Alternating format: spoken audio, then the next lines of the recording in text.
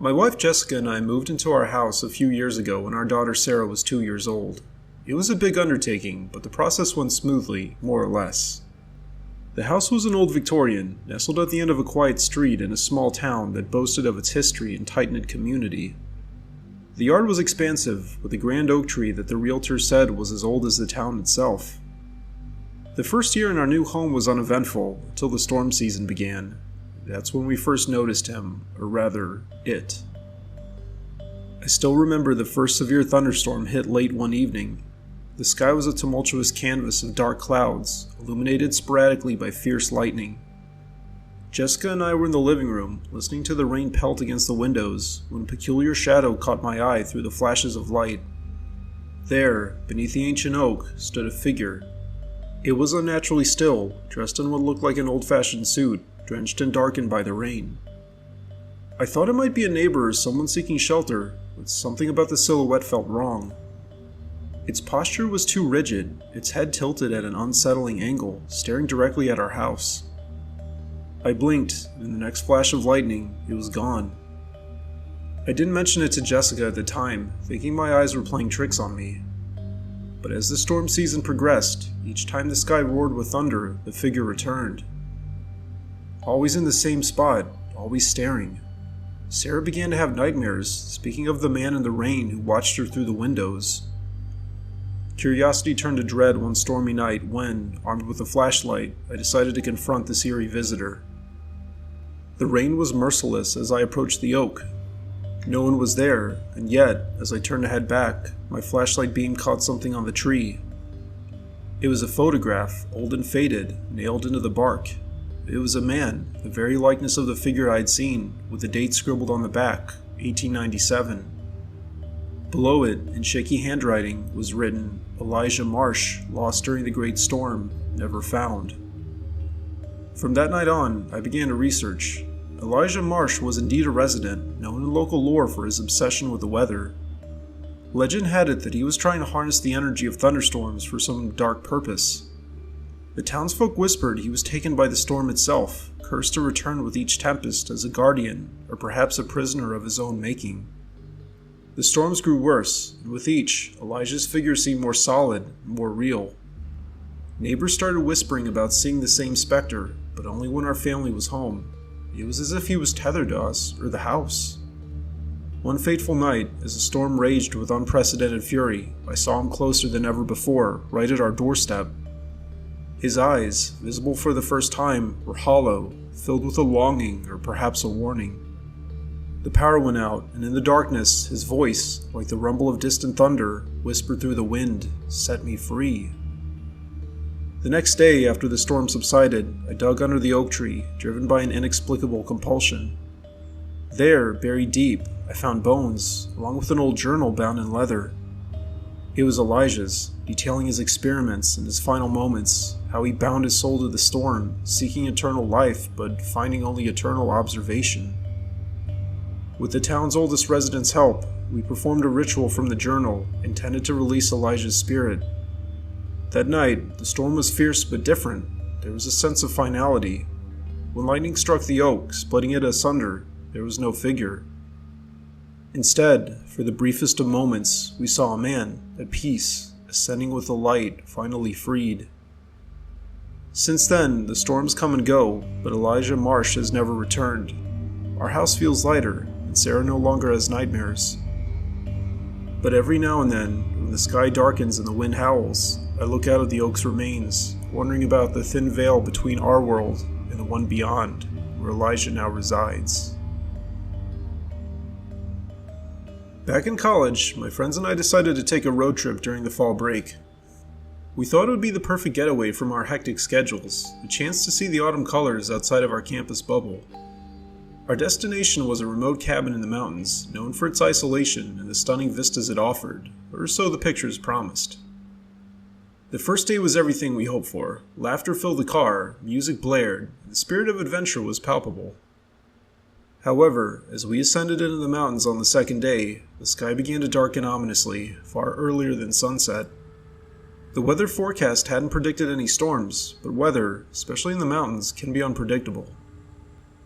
As we reached the cabin, the first rumble of thunder echoed through the valley, sounding like the growl of some ancient beast awakening from slumber. We hurried inside, the wind howling at our heels, carrying with it the scent of rain. The cabin was cozy but old, with creaky wooden floors and a large fireplace that we lit for both warmth and light as the power flickered with each lightning strike. The storm hit with a ferocity none of us expected. The rain was torrential, hammering against the windows like it was trying to get in. Lightning split the sky repeatedly, casting eerie shadows across the room, and the thunder was so loud it felt like it was shaking the very foundations of the earth. Then, amidst this chaos, the lights went out, plunging us into darkness save for the intermittent flashes from outside. That's when things took a turn from adventurous to unsettling. During one of the lightning flashes, Jake swore he saw a figure standing just outside the window, motionless in the pouring rain. We laughed it off, attributing it to the shadows playing tricks, but the unease had settled in. The storm grew worse. We heard what sounded like whispers, carried on the wind, or maybe it was the trees scratching against the cabin, I don't know. But all of a sudden, there was a thud at the door. We all froze. Another thud, this time more insistent. With every ounce of courage, I approached the door, the others behind me armed with whatever they could grab. I flung the door open, expecting, well, I'm not sure what I expected. But anyway, there was no one there, just the relentless storm. Relieved but perplexed, we shut the door, but not before noticing something odd.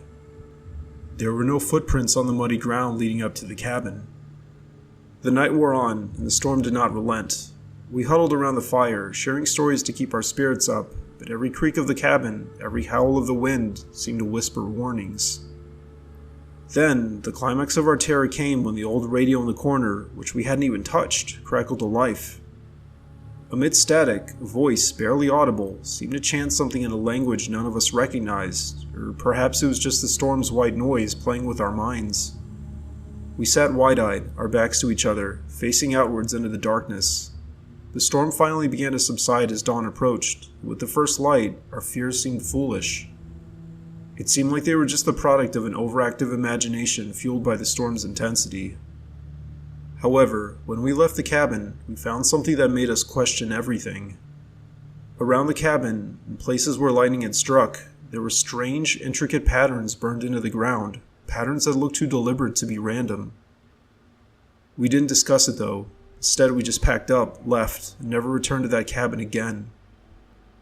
Years later, we still talk about that night, each of us with our own interpretation of the events. But one thing we all agree on, that thunderstorm was not just a force of nature.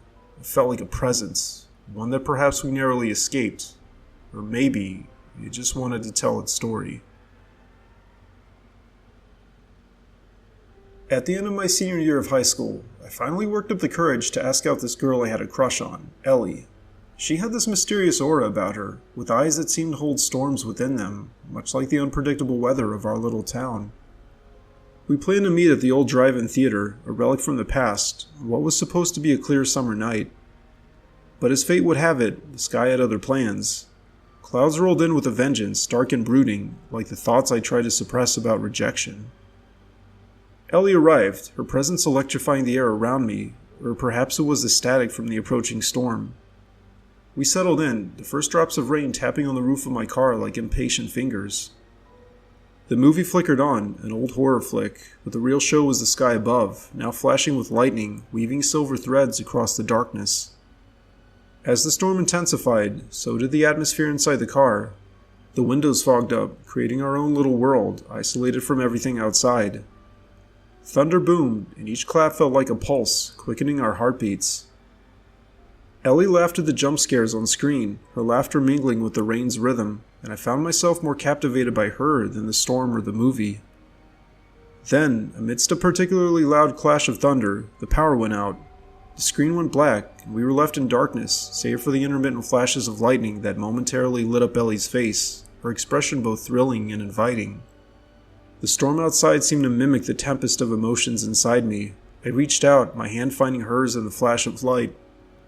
Her skin was cool from the rain-scented air, but her touch was electric, sending a jolt through me stronger than any lightning outside.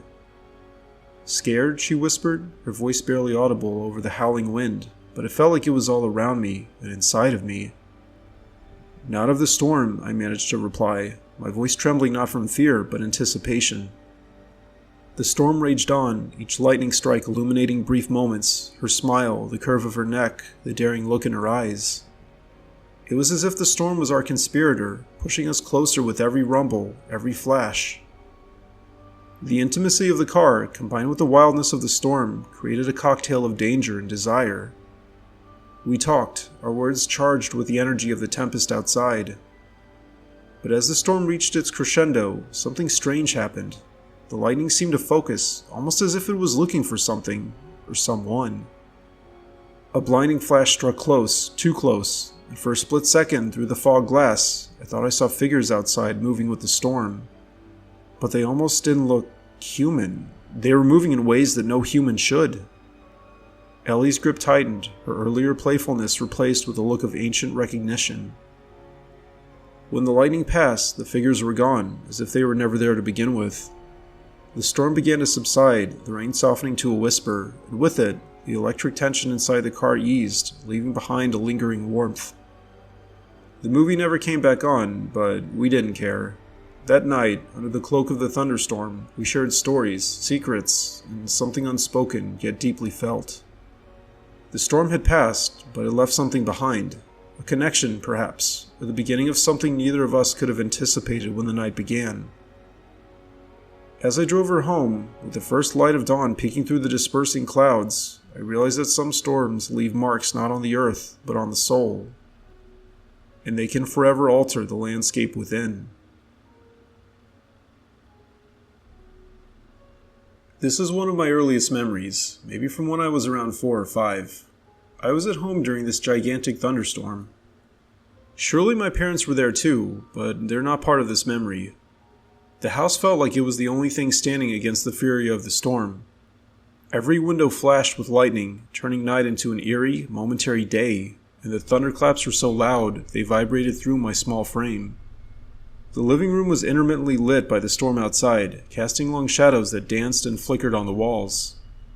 I remember clutching my blanket, sitting in the middle of the room where the old grandfather clock stood ticking, seemingly louder with each strike of thunder.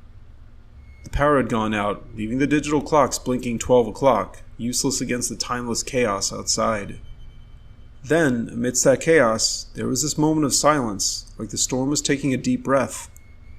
In that eerie quiet, I heard something that wasn't the wind or the rain. It was a whisper, coming from the corner of the room where the shadows were deepest. At first I thought it might be the wind, but it had a rhythm, a pattern that was almost like speech. Curiosity mixed with fear, and I edged closer, my blanket dragging behind me. The whisper grew clearer, not louder, but more distinct, as if the source was adapting to my ability to understand it. It said my name, softly and repeatedly, with a chilling familiarity. The lightning flashed again, and for a split second, I saw it, or at least I thought I did.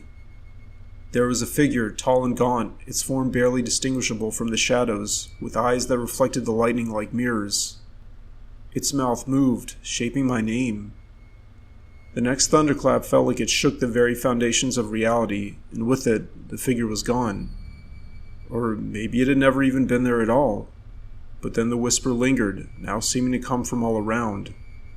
"Stay with us," it said. "Stay in the storm." Terrified, I ran to where I believed my parents would be, my heart pounding louder than the storm. I found them in the kitchen, my mother lighting candles. The normalcy of their presence, the warm glow of the candlelight, chased away the shadows, but not the memory. Years have passed, and I've told myself it was just a child's imagination, a trick of the light and fear. But sometimes, when a storm brews, and the night is split by lightning, I hear it again. I hear a whisper calling my name, inviting me back to that night, to stand in the eye of the storm where reality seemed to blur with something other. And I wonder, was it really just my imagination? Or did something truly reach out to me from the darkness, waiting for another storm to make itself known? Back in the late 90s, I was at my house one night making a mixtape while thunder crashed outside. The storm had seemingly come out of nowhere, the kind that seems to shake the very foundations of the earth, with lightning that split the sky into jagged pieces of a cosmic puzzle. I was alone as my parents were away for the weekend, leaving me to enjoy the solitude with my music collection sprawled out before me. As I was recording November Rain onto the tape, the lights flickered. They did that sometimes during a storm, but then they went out completely, plunging me into darkness. My tape deck, an old battery-operated relic, was my only light source now, its tiny LED screen casting eerie shadows around the room. I decided to continue my mix by candlelight, fetching a candle from the kitchen drawer. As I struck the match, another flash of lightning illuminated something in the backyard through the kitchen window. It was a figure, or so I thought. My heart skipped a beat, but then I reasoned it was probably just a tree branch swaying violently in the storm. With the candle lit, I returned to my room, the storm outside growing fiercer. The wind howled like a chorus of banshees, and then, amidst the tumult, I heard something that didn't quite fit the storm's symphony, a soft, deliberate tapping at the back door. Ignoring it at first, I focused on my mix, but the tapping persisted, growing from a gentle knock to a frantic pounding. Curiosity mixed with fear, I crept downstairs, the candle's flame casting long, dancing shadows on the walls. I approached the back door, my hand hesitating on the candle, when suddenly the pounding stopped. I peered through the small window in the door, my breath fogging the glass. Nothing but the storm's chaos was visible. Relieved, yet unnerved, I turned to go back upstairs when something cold and wet touched my hand. I nearly dropped the candle in fright. Looking down, there was nothing, but the feeling was unmistakable. Then the power surged back, lights blinding me momentarily. In that flash of light, I saw it, or rather, her, a woman, standing just inside the now open back door. She was drenched from head to toe, her eyes hollow, skin pale as death. Before I could scream, she whispered, in a voice that somehow carried over the thunder, "Can you help me? My car broke down." Logic screamed at me to just shut the door, and to run and hide, but something in her eyes, perhaps the reflection of my own fear, made me hesitate. She stepped closer, and as she did, the room grew cold, and the candle flickered wildly. "I just need to use your phone," she continued, her voice now sounding like it was coming from the depths of the storm itself. I nodded, dumbstruck, leading her to the phone, my mind racing with every horror story I had ever heard. She dialed, spoke softly into the receiver, too softly for me to hear over the storm, and then hung up. "Thank you," she said, turning to face me. Her gratitude seemed genuine, but her smile didn't reach her eyes. Someone's coming for me now. And with that, she walked back into the storm, disappearing as if swallowed by the night. I locked the door with trembling hands, only to find wet footprints leading from the door to where she stood by the phone, but none leading out. The rest of the night passed in a blur. I didn't sleep, waiting for dawn to break, for some semblance of safety in the light. When my parents returned, I told them nothing, fearing they'd think I'd lost my mind. Years later, while sharing ghost stories with friends, someone recounted a local legend of a woman who died in a car accident during a thunderstorm in the late 90s. She apparently was forever seeking help to call home. Each time they told it, I'd feel that cold, wet touch on my hand, a chilling reminder that some nights, the line between the living and the dead might just be as thin as a flash of lightning.